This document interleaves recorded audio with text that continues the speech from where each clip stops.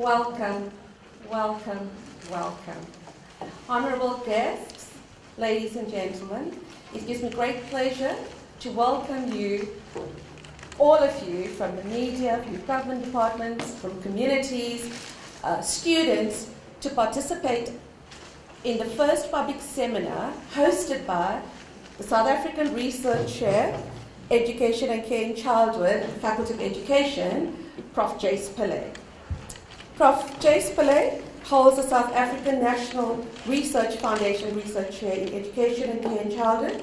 He heads a research team focusing on the educational, psychological, and social care of orphans and vulnerable children. So welcome to you all.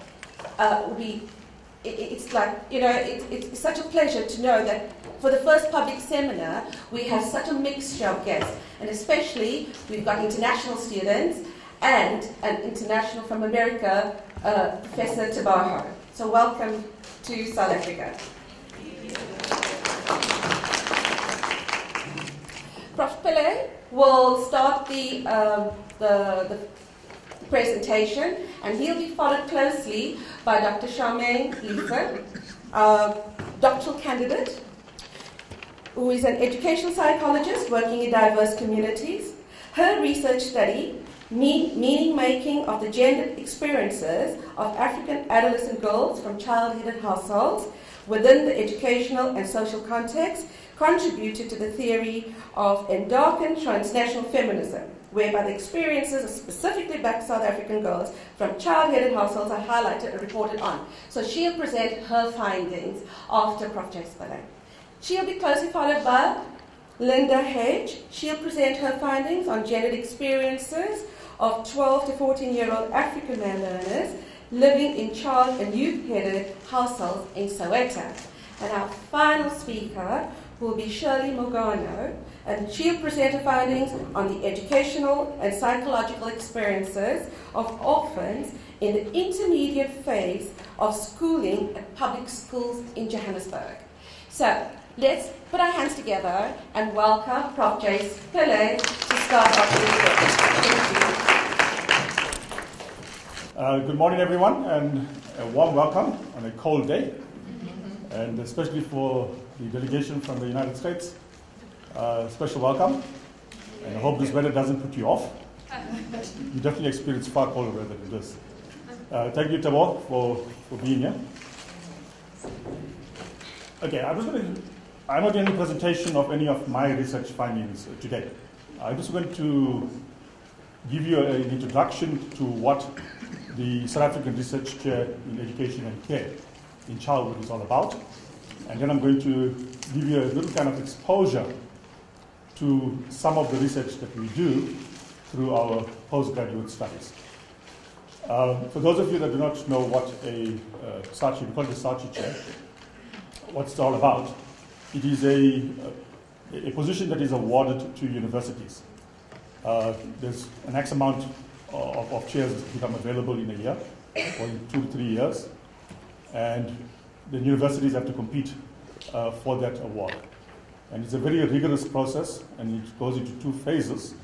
The first phase is that the university has to show that it has the infrastructure to be able to host a chair of that nature. And an entire proposal, almost 50 pages long, is submitted to see that, and reviewed by an international panel, to see that this can happen at a university.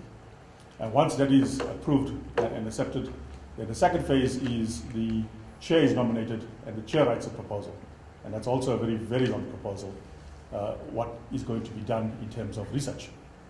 So and after that process, again, it is reviewed by an international panel, and then the local panel through the National Research Foundation, together with the Department of Science and Technology, makes the final award.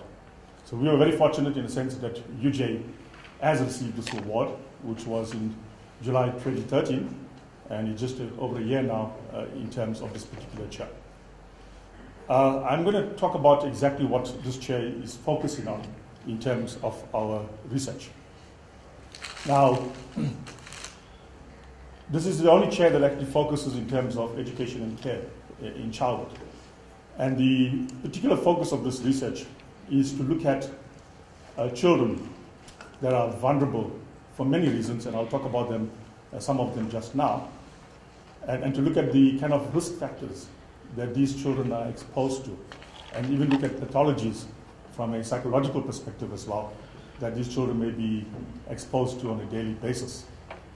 And once we've identified the kind of risks, then to look at the possibility in terms of the strengths and the assets that exist in communities with regard to resilience, and how we can capitalize on that in terms of empowering those children. I actually started some research about, I think it must have been about 8 years ago, when I did the first study, the PhD study, with a student in Limpopo area with regard to child-headed families. And it was only at that stage that I was really shocked into reality about the situation of children living in homes where there is no adult supervision. And I wasn't even aware that this was even on our doorsteps. And through that research study, we began to find more and more cases of that nature. And that is why I went into this area particularly to look at what is happening. And we took through our first stage of doctoral students at that stage, and we went in to do some research with children who are HIV positive, and children who are living in orphanages, and children who are living in without the parents. And it was quite a shock to us. And some of my students will remember that we went into certain places, and what we saw was really, really worrying. And our first visit to one of the institutions, I won't name it, we actually saw in a big lounge adults sitting there with nappies on and just straws in the mouth, sucking through some water or something, and looking at a big TV screen that they couldn't even understand because they were so advanced in the stages of HIV. And that in itself was very, very problematic in terms of what we saw. And after that, we walked into another section of the building, and there we saw like a little kind of hospital climate, and there were all babies lying in cots. And each of us picked up a little baby, and some were like probably less than a month old, and some were like 6 months old. And we carried those babies, and when we tried to put them down, it was, you could hear the ceiling drop. They were ballistic because they just wanted someone to carry them and hold them. And I remember my students, one of them sitting right here, Charmaine, all were in tears when we went through that situation. I myself had a serious lump in my throat, and I had to walk away from them because it was quite emotional. And it was that particular stage in my life where I realized that I needed to do something in this particular area. And so from that time onwards, my research began to zoom into what we can do to help children in that kind of situation. So the focus then of this chair will be to look at the experiences of these children, and then also not just focus and find out what the experiences are, but also to go deeper into that, to look at the possibility of interventions that we could use to empower them and to change their life circumstances. So the ultimate focus of the study then will be to come up with programs, which I'll talk about a little bit later. Now, very quickly, I just need to say to you, in the context of our study, the definition of an orphan is, in an African context, can be very different from a Eurocentric and a Western context. So, in an African context, we look at orphans as single orphans or double orphans. In other words, they don't have one parent, or maybe not having two parents. So that will be the generally accepted definition in the South African context. In terms of vulnerability, there are many things that make children vulnerable, and I'm sure that many of you here are very, very well aware of many of the situations when you see children actually being vulnerable. But if you look at the definition that I would like to use in terms of the context of our studies, it focuses mainly in terms of children who are deprived material resources, and that would be access to finance, money, healthcare, education, and the list goes on. We also look at children who experience emotional problems because they lack the necessary care, love, and support. And for example, even with the children that are losing the parents to HIV and AIDS, may not necessarily have the space to grieve and to contain their emotions as a result of the loss. And of course, the social problems that arise as a result of the current circumstances. And do these children have necessary role models that they could follow? Do they have enough peer support? Do they have enough support in the community and in terms of the organizations that exist in the community? I'm so glad that today we have so many organizations that are represented here. And most of you come from the community sector. We deliberately chose not to make this an academic seminar. And that is why I actually didn't even invite academics to be in this meeting. Because, you know, we academics, we do a lot of writing, but it sits on shelves. We want to get into the public and into the community to be able to do something with regard to our research. So the kind of vulnerabilities, if you look at particularly within an African context, and more especially probably in South Africa itself, is that HIV and AIDS and other illnesses related to it seems to be a serious problem. Disability, poverty, limited access to services, physical, sexual, and emotional abuse, and child neglect, and children coming from divorced and single-parent families, and of course the violence and the crime and the substance abuse that exist in communities are a constant reminder of what makes our children vulnerable. So if you begin to look at, particularly with orphans, if you do not have role models and have parents or children, parents to support them with adult supervision, we definitely know that they become more vulnerable than other children that do.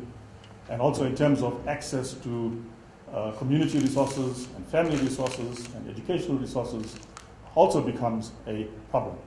So the immediate environment in which these children are living in a daily basis becomes a problem. So therefore our focus here then is to look at what happens to these children when they do not have that supervision, whether it's from parents or from adult caregivers. And then one can argue in length about the involvement of early childhood development and also about early childhood education and the exposure to our children in the early years of their life and what that could do in terms of preparing them for the future. So there is numerous research about that, and all research actually clearly says that the earlier the interventions, the better the opportunities for those children to succeed in life. So the focus then will be to prepare the foundation for those children, irrespective of the opportunities they have in life, irrespective of the environments in which they come from, irrespective of whether they have parents or not, creating that opportunity for them to be able to succeed. And clearly, the social fabric of a society depends on the performance of its young. And we know for sure that the moral fiber of our society depends on the availability of adults who are able to supervise children in a good way, that they be able to learn the models that we need to inculcate in our children. So that, of course, becomes a problem. And some of the other research that has come up, which is not presented yet today, shows us how many of these children resort to crime just to eat a meal a day. And how many of those children actually do not go to school because they're out on the streets begging because they're worried about the younger children who don't have food to eat. And how many of the young girls are exploited in the community to prostitution, or even to by older men in the community, married men in the community, who ask them for sexual favors so that they could protect them and give them money for that day. And of course, if that's the scenario, and how we begin to control and manage the spread of HIV infections goes out the door, clearly. So the reality of the situation in South Africa then is that the OVC numbers are growing at a drastic rate. Now we can go into a whole lot of intellectual debates about childhood families in particular. So many academics will argue, but this is not a problem in Africa. And the reason being because in an African context, we have this, it takes a village to raise a child. So there's no such a thing as a child not having adult supervision, because if parents are not there, uncles are there, grannies are there, and so on. Right? And of course, that's what we've been accustomed to. But our investigations are actually showing us that's not the case anymore. Right? More and more, we find that there's exploitation going on, that uncles and aunts and grannies are collecting the grants for these children, but these children never see that. Right? So children are being abused in that context. So these are the kind of realities that we need to look at, and our research is telling us.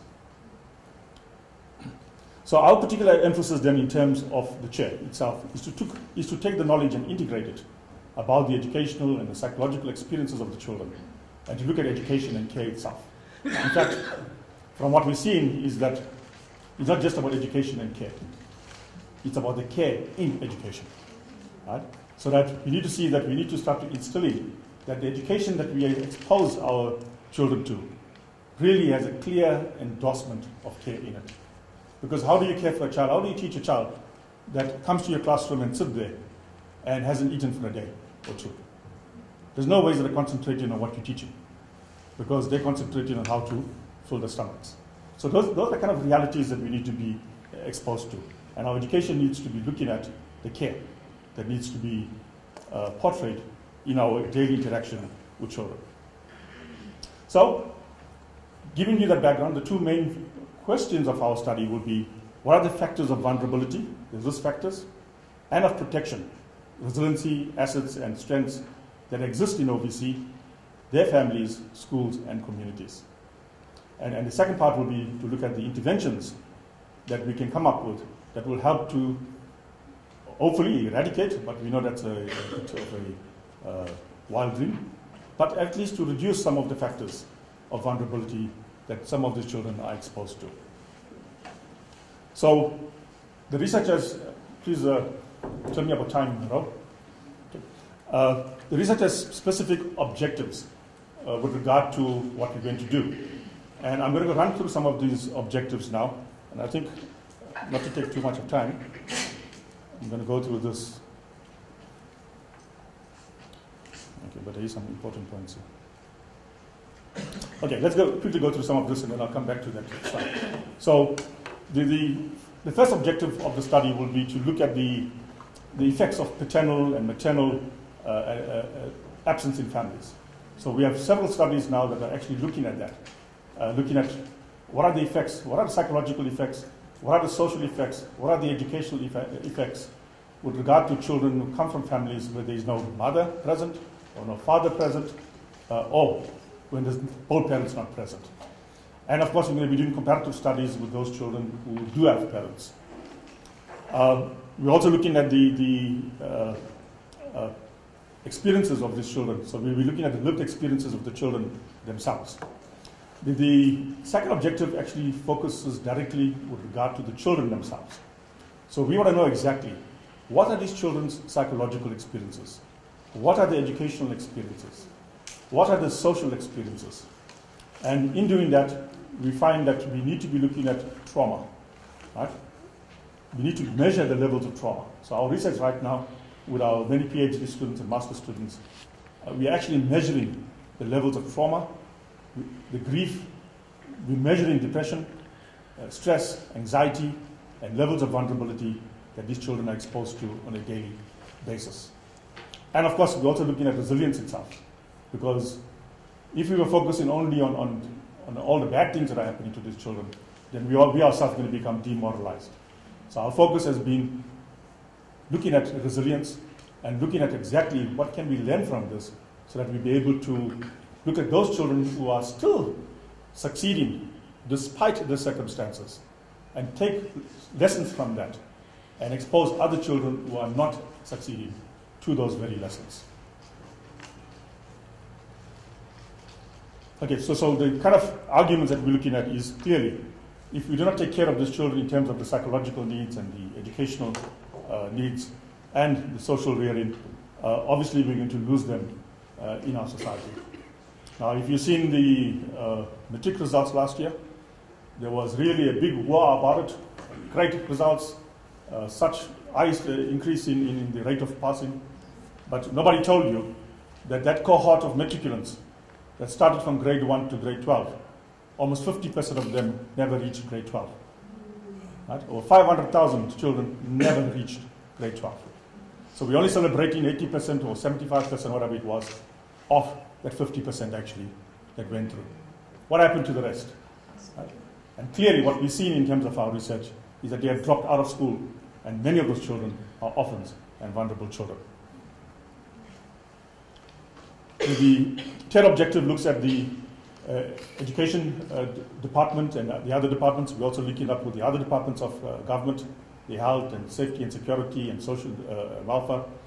And the idea then is to look at, especially because we're focusing on schools, to see exactly what happens in the schools. So we're looking at education districts, we're looking at school management teams, we're looking at governing bodies, we're looking at school support teams, we're looking at teachers themselves, we're looking at school psychologists and school nurses and other professionals that are responsible for the welfare of these children. And we're also looking at curricular needs within the particular schools in terms of education itself, in terms of developmental needs of children. Nutrition plays an important role, the health experience of these children, and personal needs of the children themselves. So the fourth objective then looks at the communities itself. And basically we're looking at what role do the communities play with regard to supporting those children. And many of you sitting here today will fall into that particular category because you have a role to play, and a serious and a vital role to play in terms of changing the life and the dreams of these children. So, and that is why you've been invited here today. And of course, the last objective is to be focusing on the resilience itself. So if I was to put this into a nutshell, the entire research itself focuses in terms of the vulnerability of these children and the risk factors and also protection factors in terms of them being able to live a better life eventually. So it looks at 4 different levels: the individual, the children themselves, and the actual experiences of those children, and in terms of what they're experiencing currently and what can we do to change those very, very negative experiences into more positive ones. And of course, looking at the families themselves and the roles that families play, and look at schools and education departments together with other government departments and the role that they could play in supporting these children, and of course the community itself. So I'm not going to bore you with the methodological details. So just clearly to say that we using a lot of mixed method studies. We have a lot of qualitative studies where we're getting into the children themselves, and we have interviews, and we're probing deeper into the experiences. And we're also doing a lot of statistical studies as well in terms of measuring depression levels and trauma and stress. And we are in the middle of many of the studies at the moment. With regard to sampling, we obviously focusing quite a bit in terms of the Soweto area, but it's not the only area that we do focus on. Our focus mainly would be with children that are vulnerable and in all areas of life. Now, from an academic perspective, the kind of theories that we look at also informs the kind of studies that we do. So our theoretical focus will come from Brenner's bioecological systems theory. If you also look at the diagram. Basically where we look at different levels of systems and subsystems and how they interact with each other to be able to give us a full picture of these children. So in terms of what we're doing is, for example, if a child comes from a family where there is no parents available or no adult supervision available, they lack the resources to go to school, may not even go to school, so obviously the education becomes a problem, and then the opportunity to succeed in life, to get a career, to have a job, to go into university also becomes a problem. So you can see the rest of the life becomes really problematic. So this will be affected in terms of all levels. And if you look at what I just told you in terms of the focus of our study, you will see we're looking at different levels: individual, family, schools, and communities. And then of course, with regard to this particular theory, and because we're focusing on children themselves, we will be looking quite a bit in terms of developmental theory that deals with with cognition, with psychological circumstances of children. We've already written quite a bit in terms of challenging Western theory and Eurocentric theory in terms of child development. Right? So we've written up already some stuff, and any of you guys are interested in seeing that, we can make it available to you, to say Maslow's theory, for example. Right? What does it miss in an African context? Piaget, Vygotsky, right? Erickson. So we go through all of those theories and we really point out exactly what is it missing for an African context. And what do we need in terms of an African context. We need to start looking at our own theories that would be more applicable to us and how we can use that and shape what we do on a daily basis. So clearly, quickly, I've just been signaled to stop. But what do we want to get out of this? Right? So obviously, being a university, there are some stringent requirements in terms of academic requirements. So we obviously want to get students graduating with PhDs and master's degrees. So already we've got a target there for this. It's a 5-year project, by the way. So at the end of 5 years, the chair is evaluated according to its objectives. And if they see that it has done a good job, then they will give it another 5 years and another 5 years. So this project actually goes on for 15 years.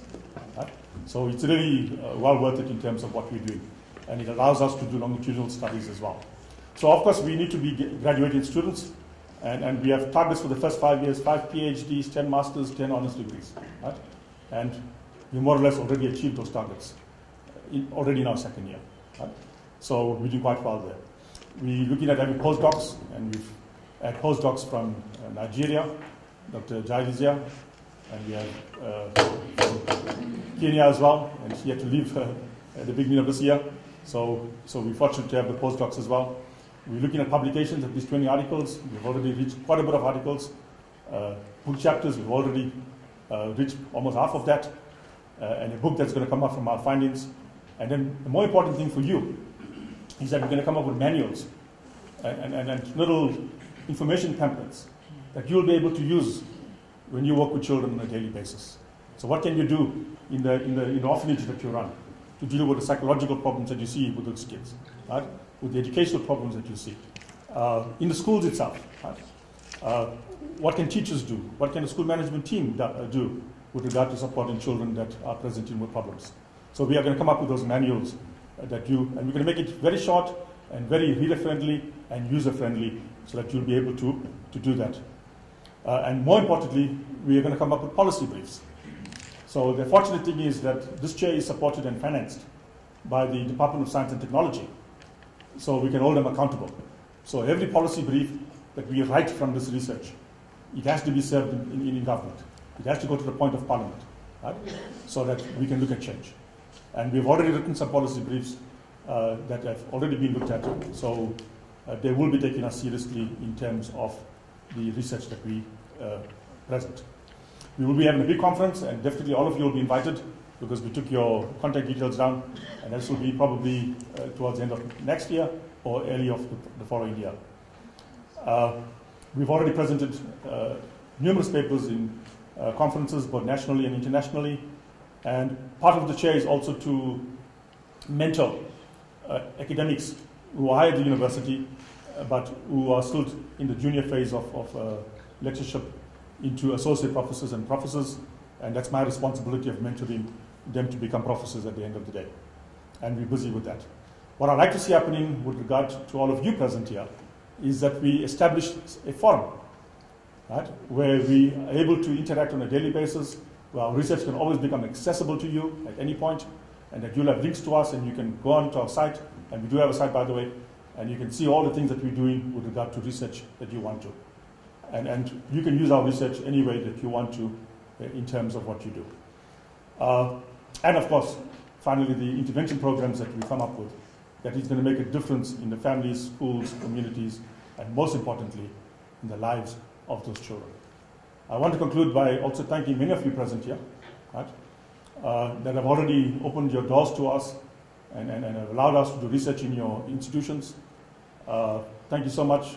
Carol, I'm not sure if Carol is here from Ikakeng, but she's helped us tremendously because with regard to the ethical requirements in accessing those children, you'll be shocked how difficult it is to get access to these children in terms of the different laws that exist.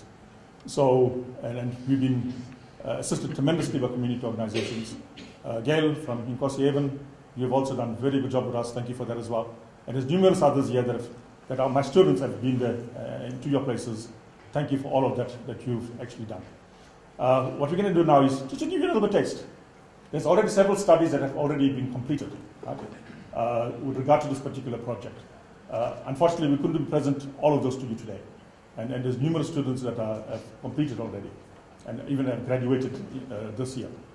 So what we're going to do is now just give you a little flavor of what the research entails and what we're finding by some of our PhD studies and also 2 of our master's studies. So I'm going to call Charmaine now to come here and then to do the total presentation. And I'm going to ask you, please, if it's okay, that we listen to all the presentations and that you reserve your questions and comments to the end. We definitely will give you a lot of time in the end to ask your questions and to make comments. Okay, thank you.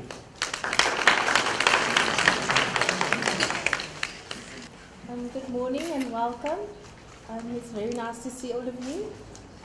I have to kind of put in 5 years of studying and writing it up into 20 minutes, so I'm going to be very selective of what I'm going to share with you. Just a little bit of background about myself.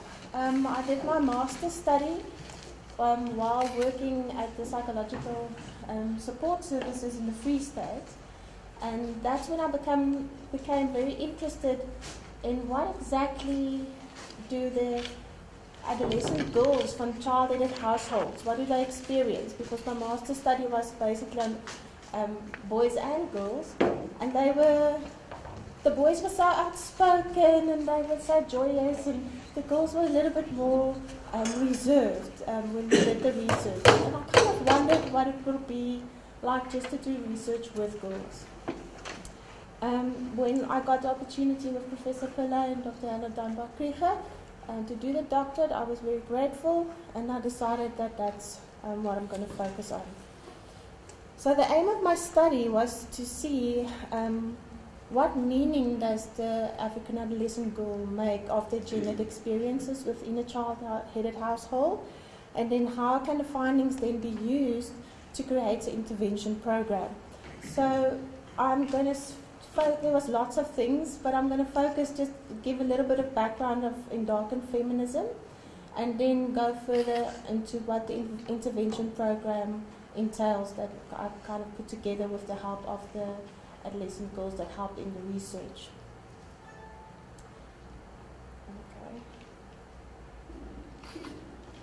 Okay.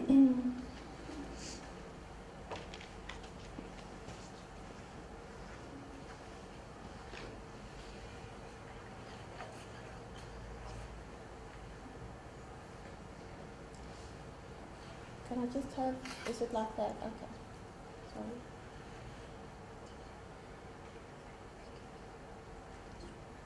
So a little bit of background to the research is the research was done based on a hermeneutic, phenomenological case study design, and I'm not going to go into much about what that all means, but it really looks at the authentic experiences and the life worlds of the participants. And then also the case study really focuses on a small group of people and kind of living with them, not living with them, but meeting with them on a weekly basis, getting to know them and finding out what they are experiencing and what their lives are all about. The study was conducted in Orlando, West Soweto, with the help and support of an NGO, Juanita Carroll, and her team that helped us with the selection of the participants that will take part in the study. The research participants were from vulnerable backgrounds, and initially I used 2 focus groups, one for girls and one for boys, even though it's a research study about the girls, just to also get a nice background, a contextual background of the way of life within the Orlando West community circles. After that, after conducting about 9 individual in-depth interviews, I had to go through quite a long process of selecting or getting 3 specific adolescent girls from child-aided families that I can really focus on and kind of, walk a little bit of a path with them over a year. And then the criteria for that was they needed to be adolescent girls who were looking after themselves and or their siblings and possibly babies as well. There would be sporadic live-in support of an adult supervisor or caregiver, but not continuous, or they can live with an adult person in a household, but there's no financial, no emotional, no care at all from that adult. They are basically just sharing a house or a place to stay. The data collection was then with 2 focus groups, 7 girls and 5 boys, and then in-depth interviews with about 9 girls to get to the selection. And then the 3 specifically selected girls that I then used were given an activity booklet, and photo voice activities was then used so that they can explore things that happens in their life that they would like to share with us and within the research that they would be happy with. The 3 specifically selected girls, if I can just give you a little bit of background about them. The one girl was already in grade 11 and she had a baby, and that she and her baby was living alone in the home that her mom has left for her. She also had people renting rooms from her in the yard. So that's where she could get an additional income from. The other girl lived with her uncle in the house. The uncle had no interest in her, didn't provide any food, any clothing, any support with regard to her schooling. She was quite intelligent, loved maths, loved science, and really wanted to do the best that she could, but she had no support from him. And her brother would now and again come and visit or be at home, but pretty much did his own thing. She also slept underneath the dining room table, as after her mom left the home, or left the home to her and passed away, the uncle kind of took over the home and she was just allowed to be there, but it wasn't hers. Then the third learner or participant, she was taking care of herself as well as her nieces and then her sister, but she had some support from her aunt that now and again came and provided some financial support to them, and not now and again, on a monthly basis, and just checked in on them, but she was solely responsible for the household because she wanted to finish her schooling within the area. That's why she didn't move, or the family moved to the aunt's place. I then also focused my study on feminism because I wanted to do the study for girls and with girls and know more about girls. So that's what the main orientation of the study was, in terms of feminism, and then more specifically in darkened feminism. I'm going to give a little bit more background about darkened feminism or transnational feminism. As traditionally, feminism focused on the universal woman, assuming that all women share a similar experience of gendered oppression. Patriarchy is universal, however the social classification systems such as race and class and gender and the way women experience patriarchy are different. And we need to acknowledge that. And that is why darkened feminism and transnational feminism fit so nicely within a South African context then as well. Darkened feminism then acknowledges women's differences and girls' differences, which result in the subjectiveness of their own experiences of gender, and provides a nice orientation for us to understand it a little bit better, as well as how age also influences different experiences. I really appreciated in darkened feminism as it embodies a spiritual and a sacredness of the women's subjective experiences. It also advocates, rather than an exclusiveness, it advocates a oneness of the male and female energy in a struggle against oppression, and then also promoting basic human rights. So it's not just the role of girls or women to address gendered inequalities, but it will be the role of the whole community, of not just some people, but the whole, that needs to address some of the inequalities that is there due to gender inequality. Another very nice and very important principle to me that I appreciate also is the principle of African women's power within indigenous relational worlds. And that gives an importance and the power also to celebrate motherhood, to celebrate sisterhood, to celebrate friendship. And there's lots of strength and resilience fostered in that for the girls and for people that they go through. It's also about building relationships and healing the self, and also healing within the community to take place. And a little bit about the findings that I've got. Just to explain that to you, there was 3 main findings, and that was that the perception of cultural influences and patriarchy was still influential and still prevalent in terms of the gender roles that the girls experienced. Also the challenges that the adolescent girls would experience, and then also very much how proud they were to be female and the value that they had in that and how they experienced it. With regard to the cultural influences of patriarchy, the past and present cultural position of the female is still influenced by patriarchy. It's still there, it's still prevalent, and the girls take responsibility for the households. And they were quite upset, and I think it's very basic to us, but it's also a very fundamental area where the gender inequality still takes place, and that's in the division of household chores. So the girls are responsible for everything that happens in the household, and they were also quite outspoken about, but that's the way we are taught. It's to take care. Girls are taught to take care of the man in the household. That's what our role is. And we get very upset because the boys would sit and they can watch TV, or they go outside to play. I only have 5 minutes. They go outside to play, but we have to manage the household and look after what happens there. And that was very interesting to me when I asked, but what can be done about it?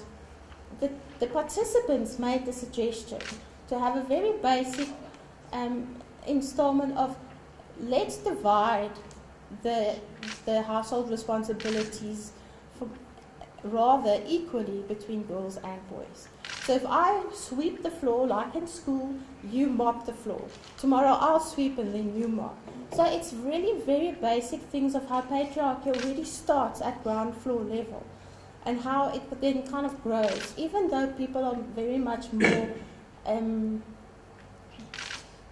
educated, and a lot of women entered the job market and were following careers. When they go back home, that's still kind of the gender inequality that kind of happens, and that really upset the girls in terms of their responsibilities and not the boys.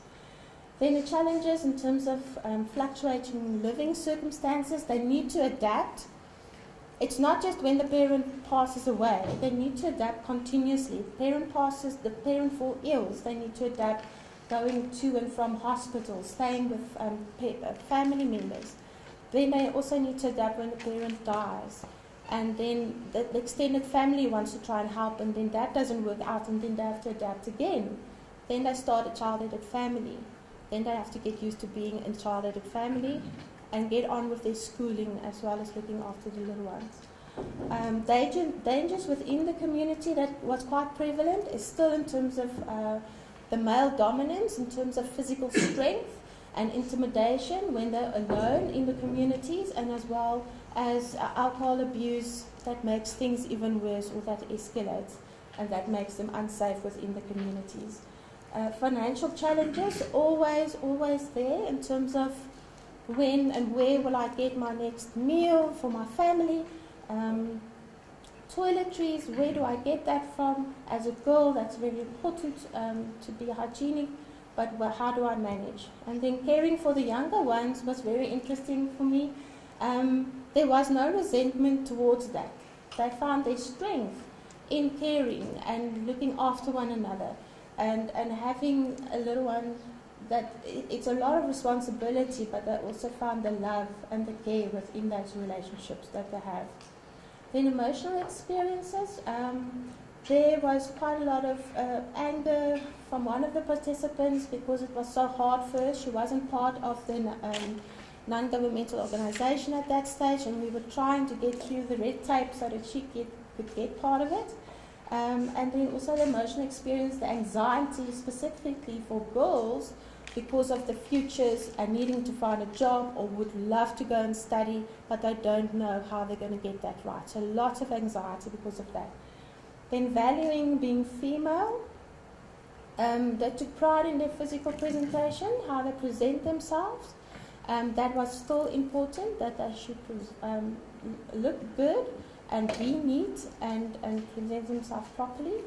They had a good perception of their cognitive ability and that they could challenge and be challenging within an academic setting within their schools. They had something to offer, they had intelligence, they had drive, and that's what they want to achieve in their life, is to get a very nice job or to be able to study, but finances is ever looming a problem. Then the resilience was fostered by their values of education, valuing the people that they had in their lives, valuing granny and a neighbor that was looking after one of the girls, and valuing that relationship that she had with her, and the relationships with friends at school, and that they found resilience in those relationships, and then with the NGO that was part of their lives as well. They had an intense need to prove their value because they are female, in terms of being able to go to a higher educational institution one day and becoming financially independent.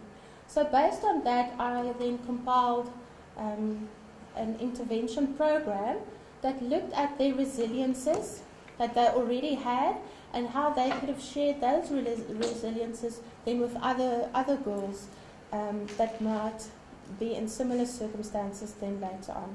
And then the intervention program was for adolescent girls from child-headed households, and I took various aspects from the findings to compile that. Just to show an example of the supportive developmental activities, I put the identified theme in terms of the booklet that we will give to the NGO and then also to the facilitators, where they then have the objectives of what the activity will entail and the materials needed and what the discussion then will be. In terms of theme 1, I'm not giving all the activities that I included, but just some of them. In terms of the perception of cultural influences with regard to the gender roles, I thought they already mentioned it as participants. So now I'm going to use some of their statements of how they feel about their gendered roles and open it up when they have a facilitator in terms of what's happening in their household. So some of those statements were that girls are not taken seriously, or girls are there to do the cooking and the cleaning of the house, and education is not as important as always as for the boys. Mostly in African cultures, the voices of women is undermined. And these are statements that were made by the participants. It is busy changing. It is different when they go to school, when they're outside the house, but there's still some work to be done within the households of the different communities. So that would be one of the activities that they will explore with their facilitator, and then also in complete sentences that are included in terms of how they themselves are being valued within the house that they are living in. It's definitely different for each one, and not necessarily for everyone. Then in terms of taking their suggestion of the household chores to be divided equally, they can then put up a list of who's responsible for what days, and it just gives them a little bit of structure and what to anticipate for when they are in a household on their own without parents. Then in terms of the fluctuation in living circumstances, we look there at when a parent, together with the NGO, is terminally ill, to already start with planning with the parent in terms of who will take care of my children when I'm no longer there, what will be my will. It was a very short example of what a will can be like, but especially to address when extended family would want to come to the home and start taking certain things or take over the home while it's actually left for the children to give to them. It's a very basic financial management aspect of when they do get the grant money, what do they do with it? For instance, one of the participants also got some more money from the outside rooms that she rented out. Other girls sell sweets, some of the other girls plait hair, so that gives them an additional income. Then what can they do with the money that they have? What's the expensive? One of the girls, she continuously had to look for somebody to look after her baby while she goes to school. So that was a continuous worry. And then she needed to pay 50 Rand here, 50 Rand there, and it was quite difficult. And it was one of the recommendations as well, that in terms of a policy brief, that needs to be addressed. Childcare for girls that go back to school, what happens with their babies. Electricity, food, toiletries, were some of the examples that they've given. If there's a shortfall, how can the NGO or the faith-based organization or social development help with that? With the emotional experiences and bereavement, are included the Tree of Life, which was also developed by an educational psychologist from Zimbabwe, and where they looked at an activity as well as with in darkened feminism, transnational feminism, of how can we use this symbol and this metaphor for their own lives and work through the pain that they've gone through. What it does is the roots is what they have to kind of fill in. Who are the people that's very influential in their lives, that taught them many values, where do they come from, what's their ancestry, who were the grandparents, what areas do they come from. The ground will then symbolize where they are now and who's involved and what activities are they taking part in now in their lives. The trunk, that looks at what their own skills and abilities are, their own, what they are good at that moment in time and what they're involved in. The branches of a tree then kind of looks at what are their hopes, what are their dreams, what direction would they want to take. And the leaves will be the people in their lives that they can that they have.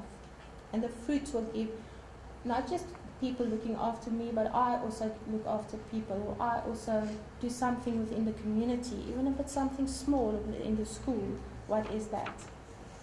Then also practical and caring support network, again a metaphor there, because taxis are so known to South African people. It's there, it's useful, we see it every day. On my road of my own life, who are the people that's going to join me? Who are the NGOs, the clinics, the social development? Who's my teacher at school that is taking this journey with me? And sometimes people get off and on with certain things that they bring to my life that I need. So that just gives them an idea of that they're not alone. There is a community. There's people that they can go to.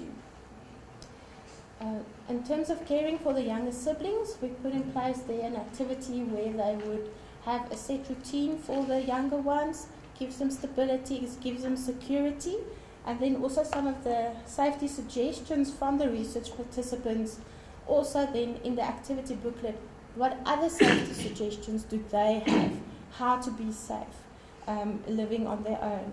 Always be at home before 5 o'clock in the afternoon, as one of my master participants said, if my sister and brother is not there, I lock the gate and they will get it when they get back.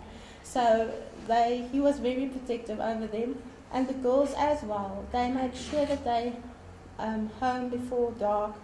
They closed the house. They made sure a family member or a friend drops in now and again, just so that it seems like there's adult people around. So just practical things that they can do to be safe as well. And then also to support their siblings. Something very practical that they also spoke about is reading stories, playing games, basic things that were so important to help them with that transition of my mom is no longer there. Now what do I do to make it better? They play games, hide and seek, have like interest, like different questions from the newspaper that they ask their siblings, and just to be joyful and read a story before they go to bed. Okay. My time's up, so I'm almost done. 2 minutes. Then also, I like the Circle of Courage, and that was a traditional Native American psychological and educational child rearing practice, where the girls in the research also looked at the consequences of their decision making. What is important? What if I make this decision? If I do get involved with an older man, how does that influence my life? And it's not a good idea. But then also with this model of belonging and mastering, what am I good at? Also just creating that awareness of their resilience and of the skills that they do have, and being involved in the community, and that independence of being able to make choices, and that they have some control over their lives. And just to instill that resilience and just highlight it. Because when I asked some of the girls, so how did you get this right? Or what is this, the fact that you can look after your sibling, what does this say about you? What does it mean? And they were like, what do you mean? Nobody ever asked me what does that mean about me or my skills or my possibilities. So I think it will really be nice just to raise that awareness of what they can do, and that they're already doing a lot of things in their lives. Then the last theme, valuing being female. Because it's so important for them to go to study or go to university, they usually, a lot of times within some of the schools, don't have a good idea of, if I have this kind of subjects, what careers can I follow? So I put together a whole list of careers, and then the specific subjects that they would need. And then after that, also a flow chart that was put into the intervention program of, these are my interests, my abilities, my skills. How do I incorporate that in choosing a career? And then what is the level, or what is the process to follow if I would want to go and study at university? If I don't have the money to study at university, what other possibilities are there in terms of finding a work within that related field that interests me? And kind of just guiding them and sensitizing them to the processes that is there, without being disillusioned after grade 12, not getting into university or an institution to study because of not having money. And then the concluding activity for the intervention program within Darkened and Transnational Feminism would then be to create a song or a dance or a poem as a group or as an individual that just celebrates being female, being a girl, and then how did that relate with their ancestry and other girls or female family members in your life now and in the future. And that's kind of how we will then end off the intervention program, which will also then be given to the NGO that helped us with the research. Okay.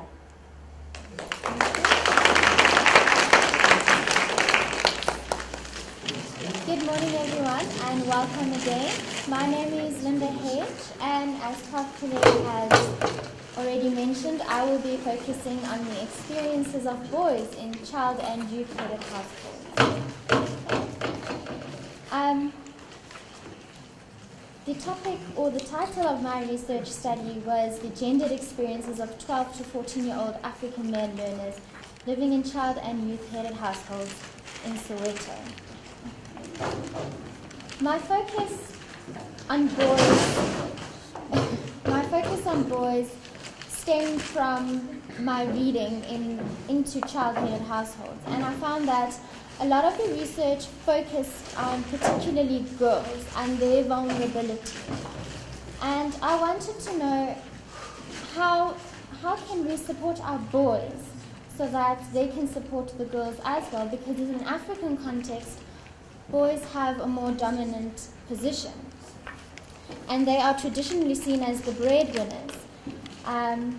So I wanted to see what are the experiences of boys and how can we assist them to assist the girls. Okay. There's also very limited research of boys in child-headed households in terms of their development, specifically in such a household. Also, the cultural implications, especially for the age group that I worked with, they would be expected to transition into their culture or to transition into manhood during that age. And because of their social position, they may be better able to support their families. And also, previous research has shown that in the future, more households will be headed by boys. So it is quite important to look at what their experiences are. Okay. So my research took on a qualitative approach because it allowed for a more in-depth inquiry. I used a social constructionist paradigm because of the gender and the cultural issues, and also because I wanted to look at how the boys construct their experiences in the context of in their social context. I used a multiple case study design, and there were 7 participants from various schools and various family circumstances, and that came from different surrounding areas in Soweto. The participants were accessed through an NPO in Soweto, and I was assisted by particularly two social workers who were male, and this becomes important in terms of my findings and my recommendations later on. The data was collected through semi-structured individual interviews, collages, and essays, and I used a content analysis to draw on themes. So just a brief background on the participant profiles. I've given them all pseudonyms so that their identity remains anonymous. But as you can see, they all come from very different cultural backgrounds, and they all speak different languages and different grades. They come from and different schools. None of the participants were actually currently heading their households, and most of them actually came from youth-headed households. I think there was only one participant that came from a child-headed household. All of them were currently in school, and they had no plans to leave school. All of them also had a lot of support from the NPO, from extended family, from people in the community, from their schools. Okay. My theoretical perspective drew on both a Western and an African theorist's ideas. So I used Erikson's theory of psychosocial development, with particular emphasis on the stage of identity versus role confusion, because at this adolescent stage, that's what their crisis would be, to define themselves and also to know what their role would be. I drew also on Nsamanang's ideas on developments in an African context, and he looks at development in a bioecological manner. So he considers genetics as well as the cultural and also the social environment. So he also looks at human ontogenesis, or development from before birth, in a social context. Okay. In terms of my findings, I found that all of the boys still value their cultural practices and their gender roles as boys. The expectations of being a male was to respect others and especially elders, and also found that Ubuntu was quite important to them, so they wanted to give back in some way, in some small way, whether it was now or later when they were able to financially provide for themselves. Most of them also spoke about providing for their families one day. So although they were not heading their households at the moment, they had planned to, or were expected to, one day provide for their families and be the breadwinners. Okay. In terms of circumcision, at this particular time in their lives, this had become quite important to them because they were expected to undergo that transition. And it was interesting for me that some of the boys had opted to engage in the medical circumcision versus the traditional. And I found that this was mostly more common in households where a female was heading the household and where there was no male role model. And this again, it was important for them to have an older male figure to show them or to engage with them in terms of their cultural practices. I also found that most of the participants were expected to engage in household chores. And I found that they also completed or did chores that were related to females or normally associated with females. And they had no issues with this. All of the boys also identified with an older male figure, whether it was an uncle or a member from the community or a teacher or the principal or someone. And this person was an important deterrent for them. You'll see later I talk about violence in the community. None of the boys engaged in any crime or in any of the violence that they were exposed to. In fact, they were very against this. And also, as I mentioned earlier, the older male figure was important in terms of their participation in their cultural practices. Education was also quite important to them. They enjoyed going to school, even though there was a bit of bullying or violence or striking or teachers didn't come, they valued their education. And all of them mentioned future career aspirations. They wanted to be doctors or pilots or engineers. All of them wanted to be something. And a lot of the time I found that their future career aspirations were linked to the male figure that they identified with. So if that male figure was an engineer, they would want to be like that person. Okay. They also mentioned a lot of exposure to violence and aggression in the community. They mentioned a lot of fighting, bullying, and strikes within the community. But they were encouraged to stay away from such situations, and they tried not to engage when they saw something like that. And again, that was linked to their male figure because they were told not to. Okay. All of the families were supported by family and friends. So the extended family and their friends acted as a buffer for them. And these were how these families actually sustained themselves. I think without the family and the friends supporting them, they would not have been able to maintain that family structure. They would have been separated. And they act as a vital source of support for them, not just financially, but emotionally as well. Okay. The limitations to my study were the language barrier between myself and the participants, and also the perceived differences between myself and the participants. I am female and they were male, so they found it a bit difficult to talk to me about things like circumcision and cultural practices. And I'm also an outsider to the community.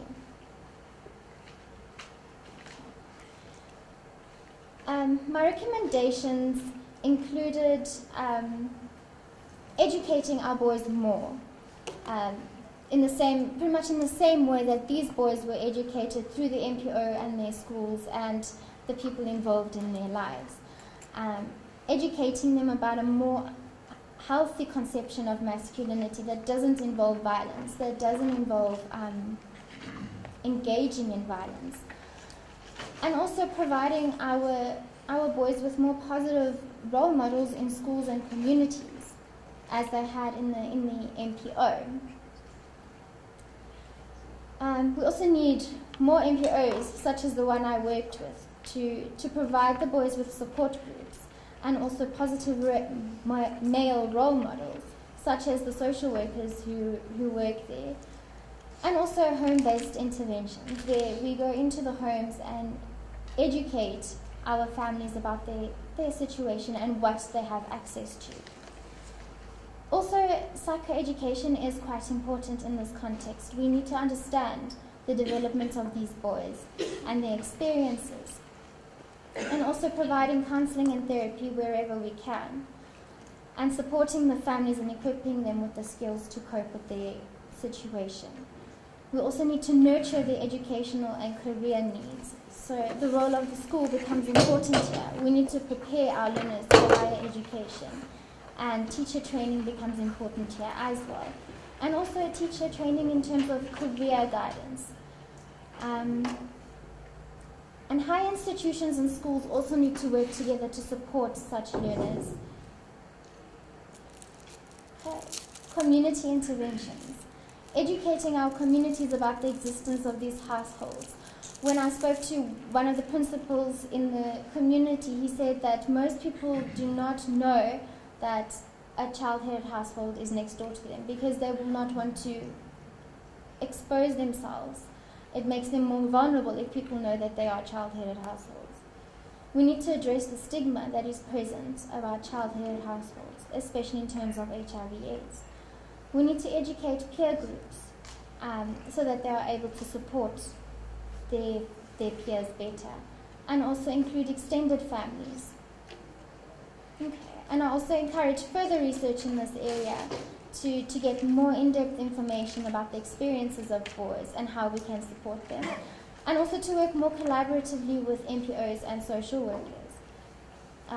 And also interviews with other family and community members would also be beneficial in terms of understanding how they are supporting or how they are experiencing supporting a child-headed households with boys in.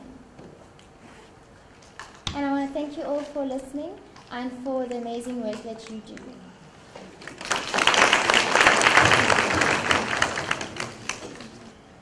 Hi everyone. Professor Pillay did introduce me at the beginning, and those that are late, you can just look at the pamphlet and see. My name is Shirley Mokhani. You'll see my study. I'll talk about it just now. And it's actually such an honor to do a study and have an opportunity to present it, to people who also work with the children, so that because together we can, Okay. So my title of the research that I did was the educational and psychological experiences of orphans in the intermediate phase of schooling at public schools in Johannesburg. It was a minor dissertation, and I am very aware that some of you may find it very broad, but I didn't want to limit myself as well because I needed to see the experiences of these children in various places. Okay, so the background of my study, Prof. Pillay actually summarized most of what is in my presentation, but I'll just quickly go through it. As we know that HIV and AIDS orphan crisis is attracting increased attention worldwide, and South Africa is one of the most countries severely affected. And I watched the news. I heard there was a study done by the HIV research that since the ARVs have been introduced in the country, it's actually working. It's no longer in the past where there wasn't anything done about it. So now something is done about it, and the effect is much lesser, and the parents have much longer lifespan as compared to the past. So the effect of the pandemic on the millions of South African children, particularly orphans, is disastrous. We all know we work in communities, we work in schools. Not even half of the children, but many children do lack parental support, and they don't have parents, and it affects us as people who are working with children.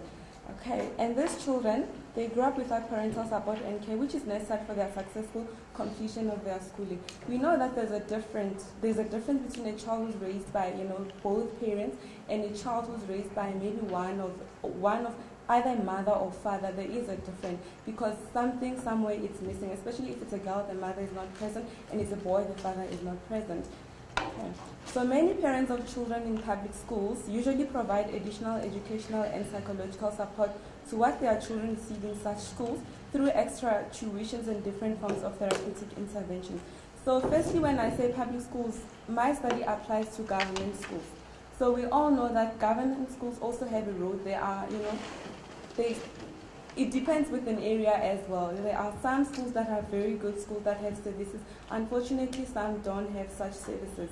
So when I say public, I'm referring to government schools, and I'm glad that some of the government people are here today. So, however, this may not be the same for orphans who may be in greater need of such support. Like I said, if parents are not involved, both of them, in their children's education, it's not going to be the same as the child whose parents are involved. So my study lies under the theory of Bronfenbrenner's biological systems theory. So as you can see, the Bronfenbrenner is on top, so it's the one that is the main theoretical approach that underpins my study. So I also chose Erikson's psychosocial development theory and Maslow because I integrated it to see, because when you work with orphans, okay, let me just start at biological systems. Like Prof said earlier, children, they interact in the systems, and what normally happens at home affects what happens at school.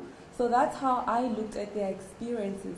And also the psychosocial development theory, I looked at their development, and I basically focused on the industry versus inferiority, which is more focused on the school graders, the school-going children, because I focused on the intermediate phase, which is from grade 4 to grade 6.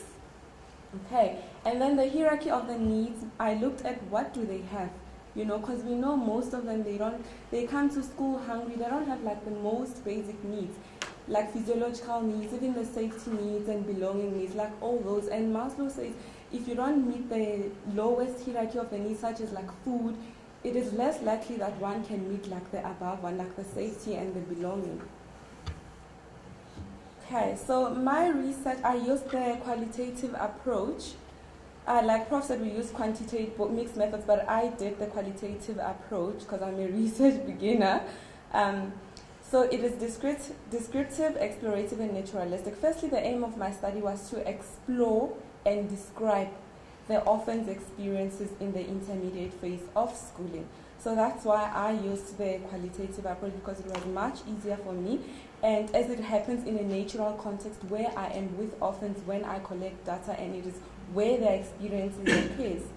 Okay, so the paradigm that I use is interpretive constructive paradigm, because I focused on the educational and psychological issues, because I wanted to see the lived experiences, the way orphans constructed their experiences and finding meaning through them. Because as a researcher, we don't interpret what we see. We listen to the orphans, and when we present the results, we are their voices. Okay, so I also use the phenomenological research design, which basically means also exploring the experiences of orphans and how they make sense of their experiences and meaning. And I used 20 participants from grade 4 to grade 6 in the intercent phase of schooling. And they had to live in nuclear. By nuclear family, I mean like mother or dad, you know, with siblings or just siblings. Like Linda said, some of the children lived with their older brothers, others older sisters. They didn't have parents either. And extended, they live with their grannies, their uncles, whoever who's involved in the family, who's willing to look after them. And also the relatives as well, or at children's homes. So some of the children that I did my study with, they're from the children's home, even though the access was a bit difficult to get hold of them. Okay, so they had to be in the intermediate phase of schooling, not senior phase, foundation phase, or high school. They had to be in the intercent phase. Okay, so I use semi-structured individual interviews and focus group as well as collages, because I know some of you. Okay, I'll just explain what focus group is. Focus group is when you bring like 6 or more children together. So in my case, I had 7 boys and 8 girls separate. So what I did is I sat with them in the group, and then I asked one question, and I wanted all of them to respond, to hear like a different, what they have to say to same question, but I needed to hear their different say and their different voices. Okay, and then a collage is when you ask the children to, you give them magazines, the charts, all the stationery, and you ask them to put the pictures that are more like that are more relevant to their educational and psychological experience within the school context and in the intercent phase of schooling. So you become so specific that whatever that they're doing, it's more relevant to the experiences. And you also ask them that each one of you are gonna present what your collage is all about, because when I look at it, it can be a totally different story to what a child would say. Okay. And I also analyze data through content analysis. I'll just go through with you. Okay, so this is just the information of my participants. Because I use so many participants, I wanted to make sense to you that how did I work on about with so many participants, and how did I even analyze data, so to find the findings that I have with me. Okay, so basically they were both girls and boys, and they were between the Okay, so I had 11 girls and I had 9 boys. I would have loved to have like 10 girls, 10 boys. Unfortunately, I had to work with what I had, but the balance wasn't bad at all. So the age range was like from 10 to 12 years, because normally children that are in grade 4 to grade 6, they are normally 10 to 12 years. And maternal orphans is those that don't have mothers, and paternal orphans are those that don't have fathers, and the double orphans, they don't have both parents. So this is basically the information just to give you an idea of the children that I worked with. So the participant profile, now in terms of data collection, individual interviews, I gave them their pseudonyms. It's not their real names. And I read a book, I think by Henning van Rensburg. It says when you work with the children, when you give them pseudonyms, if they're from the African context, give them the African name. If from the Western context, give them the Western names. So that's why you see the African names. Okay. So these are the participants I did the individual interviews with. And then the rest are the ones that I did focus groups and collages as well. So as you can see, it states how many had what. So it basically means the other ones didn't have a father, and then both parents, and then a mother. Okay.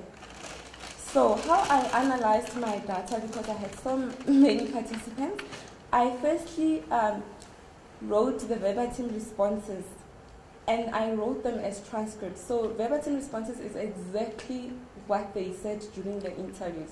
I had to write exactly as they said and bring all that information together, and I had a transcript. And I also had to come up with the coding. I'll talk about it just now. And secondly, participants were given a unique code as presentation of the result. So for me to understand who said what and to present the results when I talk about them, I had to give them a coding.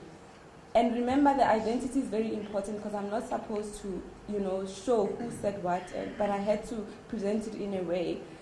So in individual interviews, pseudonyms used for identification and quotation, like you saw in the table that I showed you. And then for focus group interviews, what happened is I had girls and boys. So for girls, I gave them a code. So the coding for girls was FGG1, which means focus group girl for girls, right? For girl participant 1. So if it's a 2, it's girl participant 2, and so on. And then for boys, I said focus group participant for boy 1. So that who said what, and I don't mix all what the participants said. Even the collages, the same participant that did the focus group did the collages, because it's always nicer when you get a bigger picture of different participants than just getting 1 or 2. Okay. So I also gave them a coding. So I'll just show you an example of how I analyzed my data. Okay, so these are just the coding that I was talking about. Okay, and then this is an example of data analysis process. I use content analysis through color coding. So this is what I did to come up with the findings that I'm going to present to you. So this is just a collage is something that looks like this. The boy that did this used 2 A4 pages, and then I just put them together on the desk and take a photo, because he wanted to keep them. So we asked, do you want to take it or should I keep it? So it depends. So this one wanted to keep it, so I asked to at least take the photo so that it helps me with analyzing the data. So I asked them to present their collages, and this child said, I like to play soccer here at school, even though some children don't want to play with me and share their ball. They want to play alone because I don't have a ball myself. Some boys bring toys to school and they don't want to play with me and be my friends. This is my mother, meaning Oprah. She passed away when I was small, and she used to help me with my schoolwork, buy me cars and scooter toys. Okay, she also used to cook nice food for me, and now my grandmother does not have money to buy food. I always feel hungry when I get to school, and I can't even listen in class. I feel sad that she is dead. There are children in my class. Okay, these are children in my class. So basically, do you see that what this boy is talking about is basically what is on his collage? So these few pictures, for me, by looking at them, I would say maybe this child admire Oprah. I wouldn't say it's an identification of the child's mother. Okay, so the color code is represent different things. So the bluish one, it's like it's sort of like a sense of belonging, and then the red one, that's when it's grief, and then the greenish one, the yellow, actually dark yellow, it's like something that has to do with their schoolwork. So I had to use different colors so that it helps me put all the information together. Okay, so my findings are basically based on the orphans' experiences in the intermediate phase in public schools. And it is psychological, because I was looking at the educational and psychological experiences, so I've split them. So there were 3 major themes that emerged on both, because I didn't have sub-objectives, or I had just one aim that focused on both. So I had 3 major themes under each. And the educational findings were the children experience concentration difficulties, and Prof just said it while he was here a few hours ago, that it's difficult to learn in the morning, especially when the child gets at school with the hungry stomach. I also can't focus when I'm hungry, And I'll just quote, because I picked some of the things that the children said, and this one was from the focus group Boy by participant 7, and he said, my grandparents can't afford to buy bread for breakfast, and I don't have energy when I come to school, and I don't pay attention in class. And which made sense to me, because you can't really learn so much when you're hungry. When you're hungry, even your mood changes, you just want food. Everything that is in your head, it's food. Okay. And also another second theme was inadequate learning support. Okay. So this theme emerged because I noticed that when I was engaging with the participants, I realized that many of them live with their grandmothers. And grandmothers aren't able to help with all the schoolwork. The curriculum has changed, a lot has changed. Even what I did in school is not the same as what they are doing now. So this boy said, oh, I did say that. And then this girl, Nkele, I used the pseudonym, she said, my grandmother helps me with my homework, even though she does not understand some of my schoolwork. And which is true, grandmothers don't know all these things. And then the last thing was poor academic performance. Okay, so inadequate learning support and lack of parental involvement, it brings us back to poor academic performance. And I think that's what our Department of Education is fighting for, that the children must perform well, they must do good. But unfortunately, what are we doing about it, And this boy, this comes from a collage now where he made pictures, and he said, this is my dad with me and my mother with my younger sister. They used to help us with homework, cover our books, and doing well in schoolwork. Now I am failing, and it makes me feel sad because my friends left me behind. So this child was repeating a grade. And obviously when a child repeats a grade, the friends, they leave him behind. And it also does something to this esteem of the child, obviously. It brings all these factors that, why did I fail? And that's why he said he remembered when his parents used to be involved in his life with schoolwork. Okay, so these are the psychological findings. And I'll tell you why I said the need for grief counseling. Because obviously the experience is grief, and it shows, it's an indication that these children need grief counseling. And this one I picked up from some of the participants who said, one of the participants said, I'm not showing others that I don't have a mother. When they talk about their mothers, I also talk about my mother. I don't want them to know, because when I talk about her, I feel pain. So this shows that, and it's true, what happens in schools, they announce it like, okay, Shirley lost her mother, and the children say, okay, maybe, I don't know now, but we used to offer donations, and really nothing is done. How this child feel, how this child affect, they'll just tell you that the academic performance has dropped, but what is being done, about it? No one has ever said, maybe this child should go for counseling. And it's very important for children to be offered. This is trauma. This child had this person, and all of a sudden this person is no longer there. Their whole life changed dramatically. Their immediate environment and the school.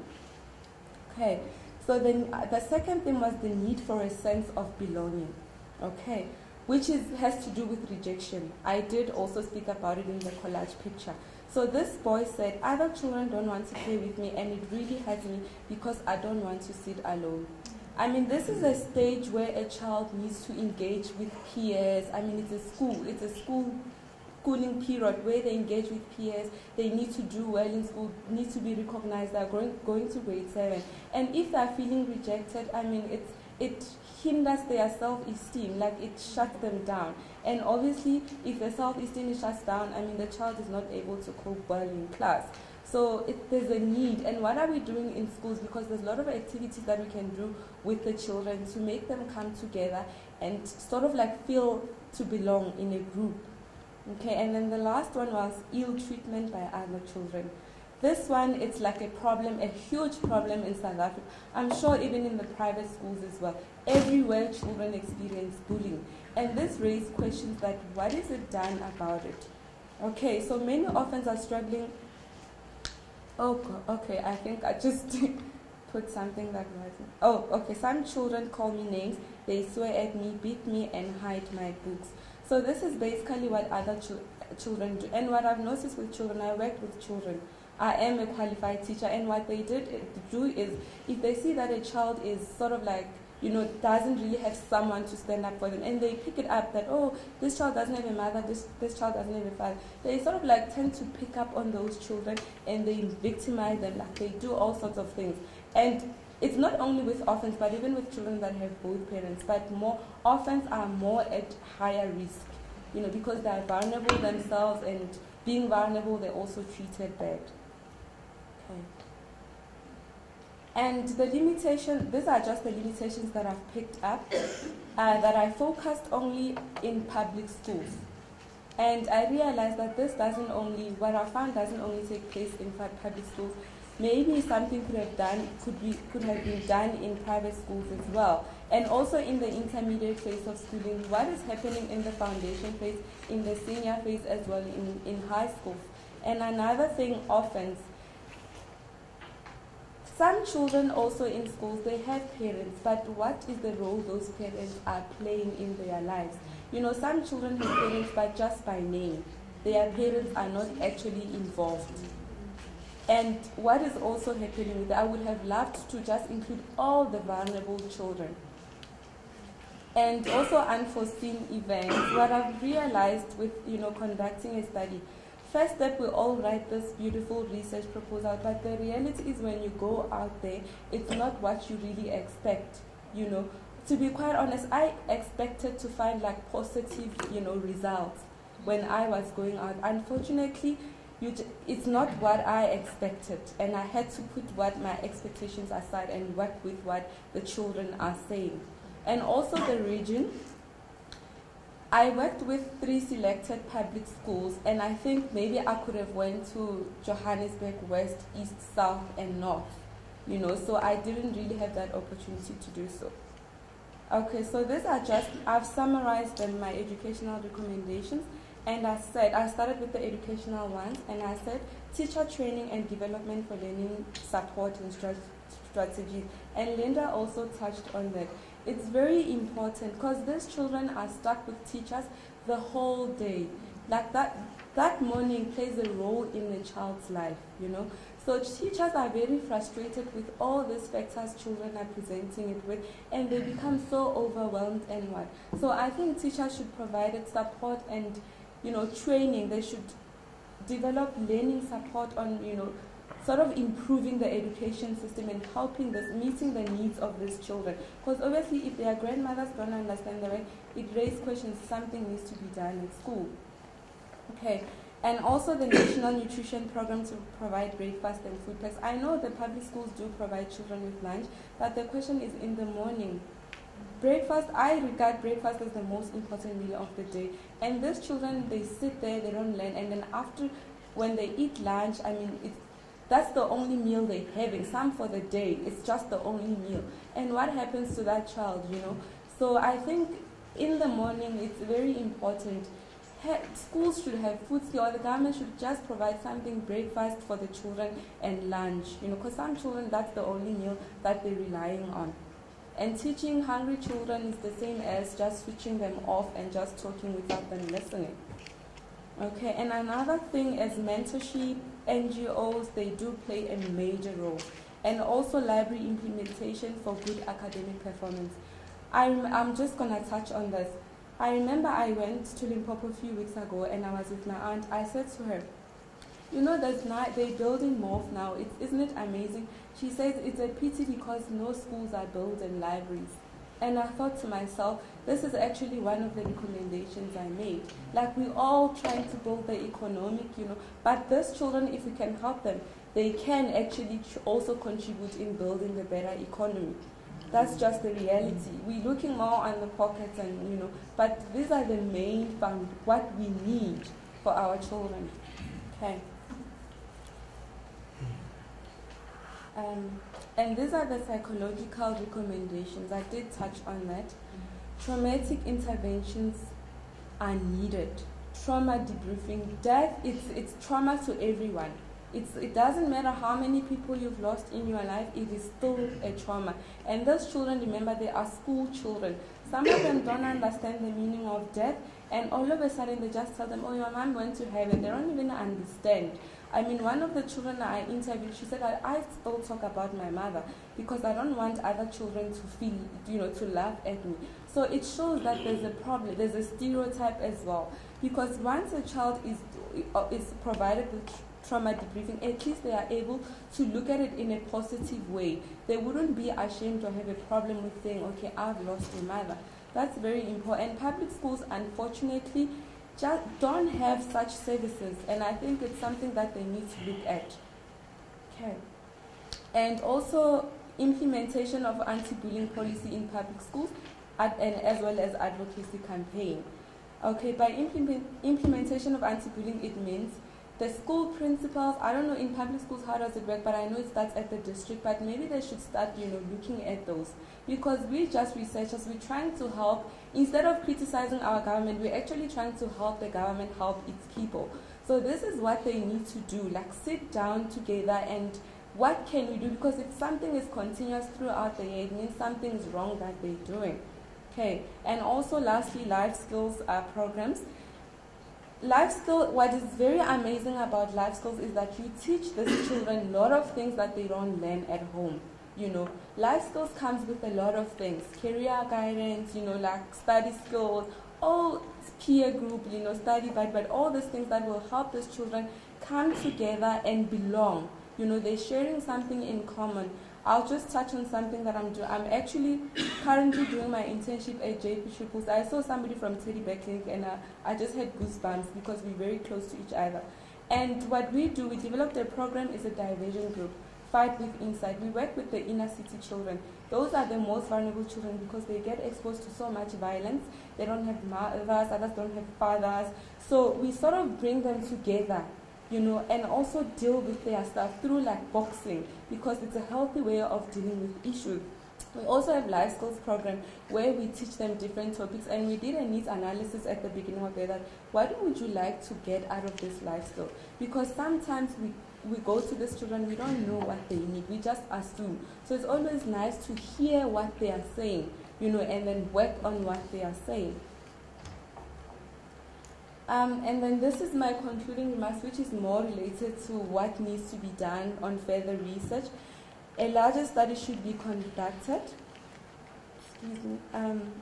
It should involve more participants. I know I used 20 participants and for a minor district, but I just felt like if we got more, just to emphasize on what is needed and what are we doing about it. And it should have included, or it should include orphans enrolled in both public and private schools.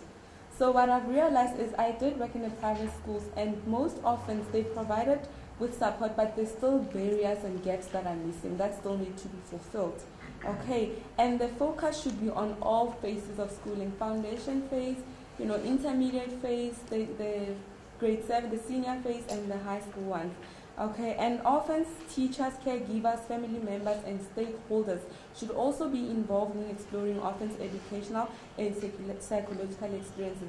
Interestingly enough, this was the orphans' voices saying this is what we are experiencing, and it would be actually more interesting to know what the teachers are thinking about what these children are going through, because they work with them, and even some of the stakeholders that are involved in schools, we would like to hear what is it that you think these children are going through. Okay, so also obtaining the orphans' educational and psychological experiences to provide an overview of the experiences without having a generic view from significant others. So my findings are only based on orphans, so it would have been nicer to get more views on what other people have to say. And also having data from both sides will enrich the findings of the inquiry and benefit both orphans and the stakeholders supporting them. Because when we speak to these children, we forget the people that think they are helping them and they're not, they're missing something, because they are supporting these children, but what is missing? So we need to work together to see what is missing, what is the way forward, what can we do together to reduce all the problems. We can't obviously get rid of everything, but we can make a difference in the lives of these children. Okay, and thank you.